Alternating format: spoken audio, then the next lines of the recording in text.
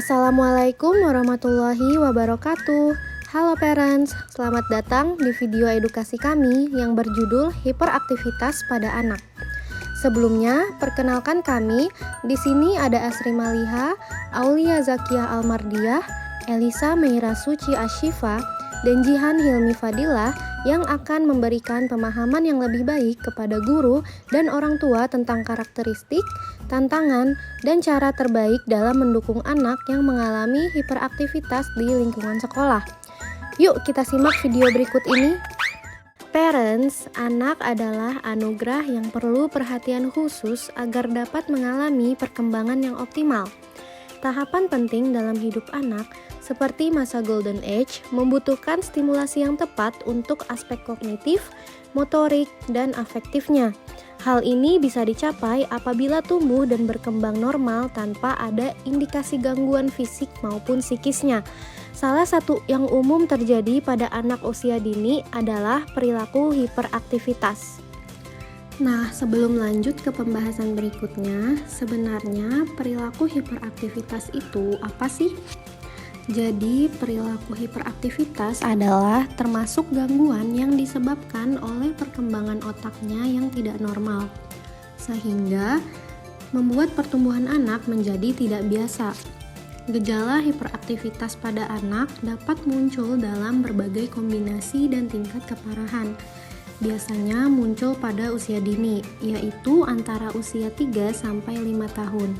Karakteristik hiperaktivitas pada anak dapat dikelompokkan menjadi dua, yaitu gejala motorik dan non-motorik. Gejala motorik ini meliputi gelisah, tidak bisa diam dan selalu bergerak, berlari dan berteriak, bahkan di dalam ruangan, suka melompat-lompat dan berlari, bergerak terus-menerus bahkan saat duduk. Sulit untuk duduk diam, untuk makan, atau melakukan aktivitas tenang lainnya. Sedangkan untuk gejala non-motorik diantaranya mudah terdistraksi dan sulit untuk berkonsentrasi, mudah beralih perhatian dari satu hal ke hal lain, tidak sabar dan impulsif, sulit untuk menunggu giliran, sering berbicara tanpa henti, dan sulit untuk mengikuti instruksi. Pernahkah Bunda mengalami atau menjumpai perilaku anak seperti ini? Parents, sekilas memang sulit membedakan mana anak yang termasuk mengalami gangguan dan mana yang tidak mengalami gangguan. Karena pada dasarnya anak yang aktif adalah hal yang wajar. Karena pada usia ini anak sedang giat-giatnya mengeksplorasi lingkungannya. Nah, parents, apa sih perbedaan antara anak yang hiperaktif dan aktif? Mari kita bahas perbedaannya. Gangguan ini disebabkan kerusakan kecil pada sistem saraf pusat dan otak sehingga tingkat konsentrasi anak sangat pendek dan sulit dikendalikan. Penyebab lainnya adalah pengaruh lingkungan.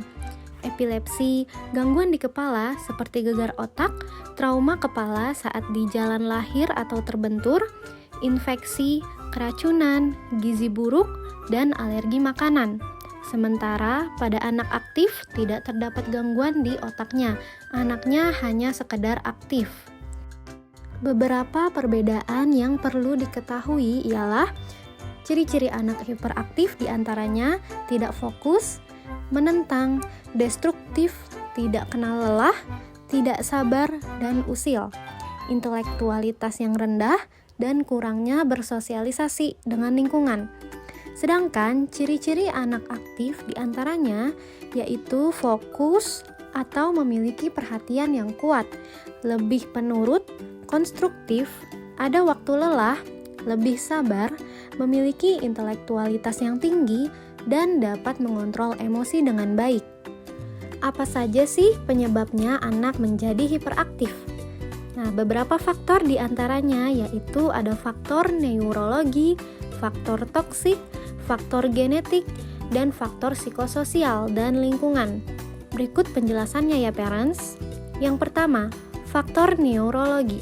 Tingkat kejadian anak yang hiperaktif lebih tinggi pada bayi yang mengalami masalah saat masih di dalam kandungan atau sebelum lahir, seperti proses persalinan yang panjang, situasi darurat pada bayi dalam kandungan, atau proses persalinan dengan bantuan alat seperti forceps. Selain itu, faktor-faktor lain seperti bayi lahir dengan berat badan yang rendah, ibu yang terlalu muda, serta kebiasaan ibu merokok dan minum alkohol juga dapat meningkatkan kemungkinan anak akan menjadi hiperaktif. Selanjutnya, faktor yang kedua yaitu faktor toksik. Nah, parents, beberapa zat makanan seperti salisilat dan bahan-bahan pengawet memiliki potensi untuk membentuk perilaku hiperaktif pada anak. Selain itu, ibu yang terkena sinar X pada saat hamil juga dapat melahirkan calon anak yang hiperaktif. Selanjutnya yang ketiga ada faktor genetik. Didapatkan korelasi yang tinggi dari hiperaktif yang terjadi pada keluarga dengan anak hiperaktif. Kurang lebih sekitar 25-35% dari orang tua dan saudara yang masa kecilnya hiperaktif akan menurun pada anak. Hal ini juga terlihat pada anak kembar. Faktor terakhir yang keempat yaitu faktor psikososial dan lingkungan. Pada anak hiperaktif sering ditemukan hubungan yang dianggap keliru antara orang tua dengan anaknya. Bagaimanakah cara menangani anak yang mengalami hiperaktivitas? Nah, parents, ada beberapa langkah yang dapat dilakukan oleh orang tua seperti melakukan aktivitas yang tenang dan terarah. Orang tua perlu menunjukkan contoh aktivitas yang benar dan memiliki tujuan ketika di rumah. Jika anak berhasil meniru perilaku orang tua, penguatan positif seperti pujian langsung dan hadiah perlu diberikan kepada anak. Membuat kesepakatan tentang hadiah untuk perilaku yang diinginkan dan anak mendapatkan poin setiap kali menyelesaikan tugas yang ditetapkan. Poin ini bisa ditukar dengan hadiah seperti mainan kecil atau hak istimewa tambahan.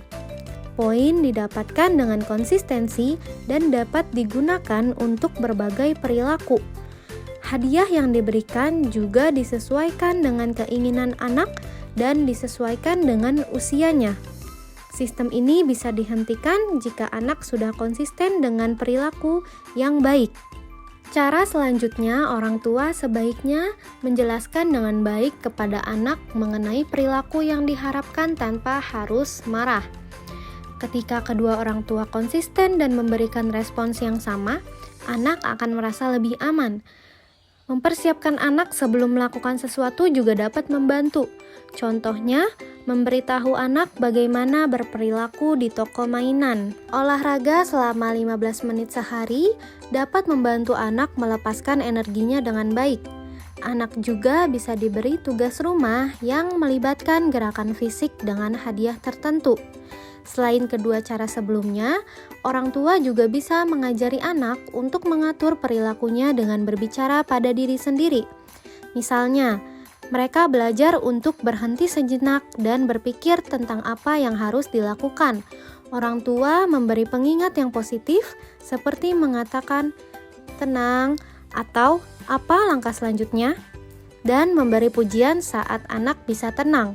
Selanjutnya, dalam beberapa kasus, gerakan berlebihan bisa diatasi dengan mengalihkan perhatian anak. Misalnya, dengan melakukan latihan yang melibatkan gerakan yang lebih terkontrol. Parents, merawat anak dengan hiperaktivitas membutuhkan pemahaman dan juga kesabaran. Pendekatan yang konsisten, penguatan positif, dan jika diperlukan bantuan profesional dapat memberikan dampak positif pada perkembangan anak. Nah, parents, mungkin cukup sekian informasi yang bisa kami berikan mengenai perilaku hiperaktivitas pada anak. Pesan kami, jika kita dapat memahami dan mengambil langkah-langkah sederhana untuk membantu anak-anak dengan perilaku hiperaktif, kita dapat menciptakan lingkungan yang lebih mendukung bagi mereka untuk berkembang secara positif. Tentu parents menginginkan yang terbaik untuk anak, bukan? Yuk parents, kita bersama-sama memberikan dukungan yang mereka butuhkan untuk meraih potensi mereka secara penuh. Terima kasih telah menyimak video ini. Semoga informasi ini bermanfaat untuk kita semua, khususnya pada guru-guru dan para orang tua. Sekian dari kami. Wassalamualaikum warahmatullahi wabarakatuh.